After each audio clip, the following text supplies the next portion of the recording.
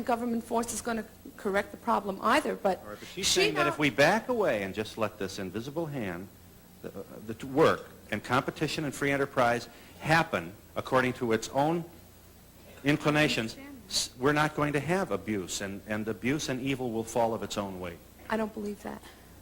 I can't believe it because money is power.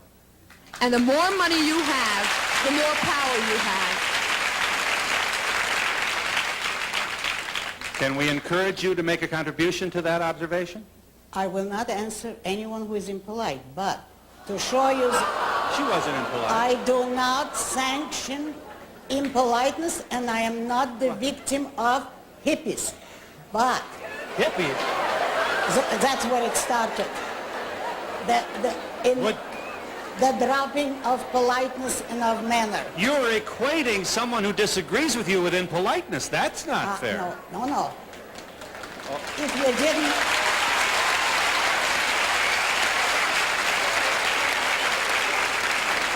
If you didn't interrupt me, I would have demonstrated what I mean. I will, to show you that I'm not evading the question, if anyone else wants to ask the same question politely, I'll be delighted to answer. Well, there was nothing impolite. You are punishing this woman for the vigor and energy that she brought to the dialogue. And that's not fair to her. This is the kind of woman we spend a long time trying to attract to our television audience. And now you are... Fine. Okay, just for this... teach her some manners.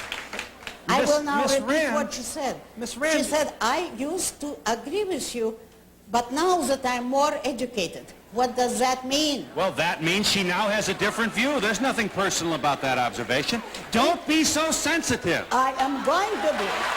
I intend to be. We're in New York City with Ayn Rand, and we'll be back in just a moment.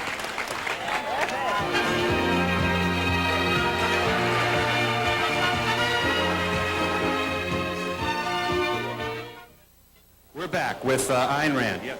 Do you see any reason at all for giving social aid to people, as a welfare or if someone is disabled? Do you see any reason for social aid, for welfare, for charity?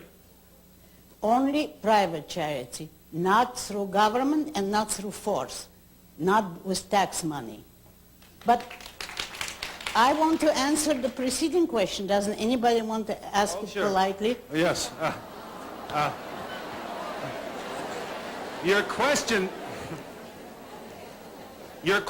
asks this audience to agree with your assessment of the questioner, and I don't think they will. That's the problem.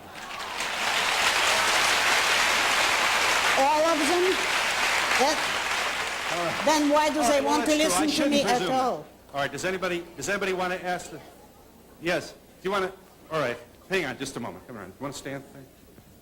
I am surprised that someone with the intelligence of Miss Rand can be so emotional in her approach. I can answer you. I didn't come here to be judged.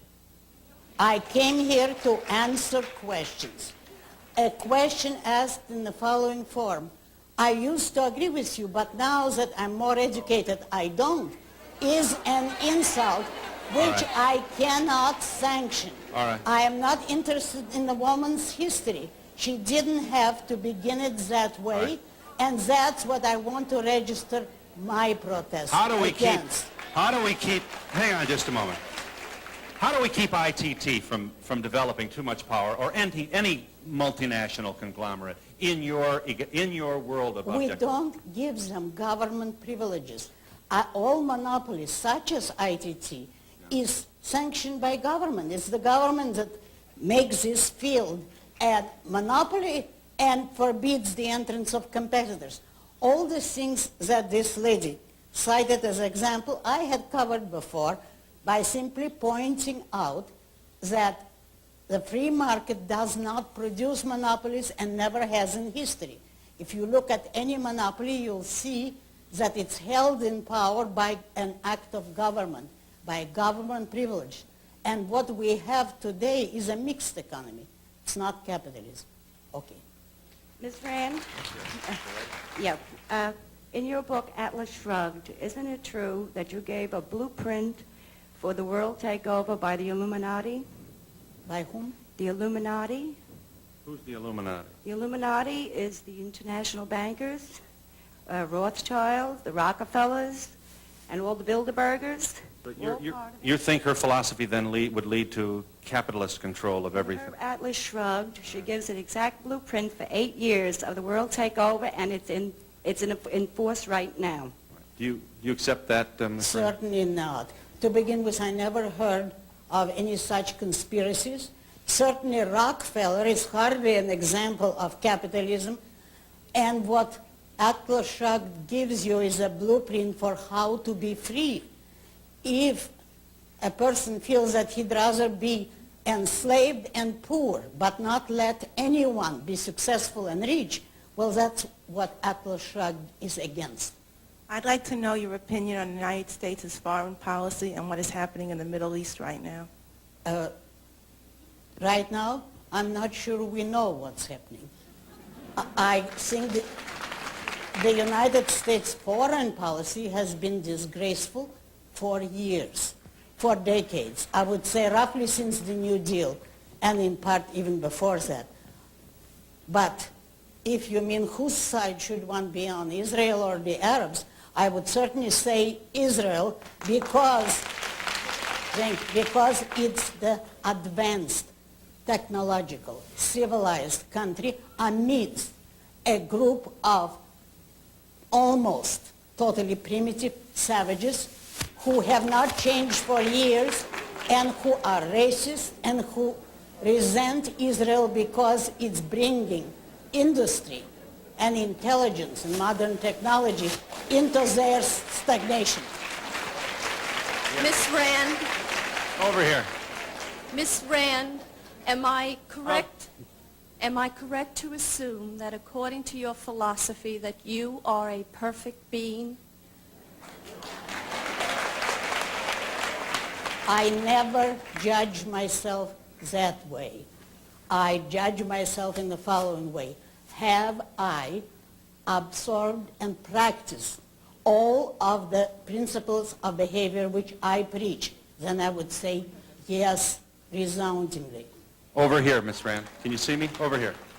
Ms. Rand, at this time, are you planning or writing another book? I'm just planning one. Apropos your atheism, how do you account about the millions of people in the Christian religion who have validated the philosophies that God is alive?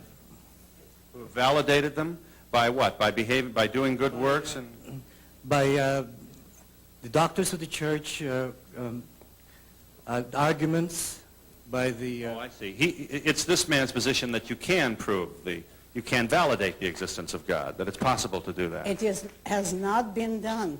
The nearest anyone ever came to it was Thomas Aquinas, and he was a very great philosopher, but he could not prove it. Nobody has ever proved it. In relationship to your atheism, how do you think that ITT and Xerox and General Motors won't overrun the world with their power? Do you believe that there is some powerful good, like 360 degrees, that always has to come back to good? No. What do you think is going to make them stop the monopolies or The acquisition of more power. I have already made clear, A, I don't believe that they're evil. B, they don't have the power to run the world. Money is not power in the political sense. You cannot buy control. But it's power in the practical sense. I mean, if you have to pay $5 a gallon to get to work, $1.50 for a head of lettuce, your children have to eat, they have to be educated. Our system has set it up that you can only get a good education if you're willing to pay for it. So if you want us to be educated. Not necessarily. I would support the early Americans who educated their own children. And some of the most successful men of the 19th century never went to college. And today, those who didn't go to college are more intelligent and better informed and less easily fooled than the people who did go to college. I assume you're against compulsory education. Pardon? You're against compulsory education, I'm yes. sure. No,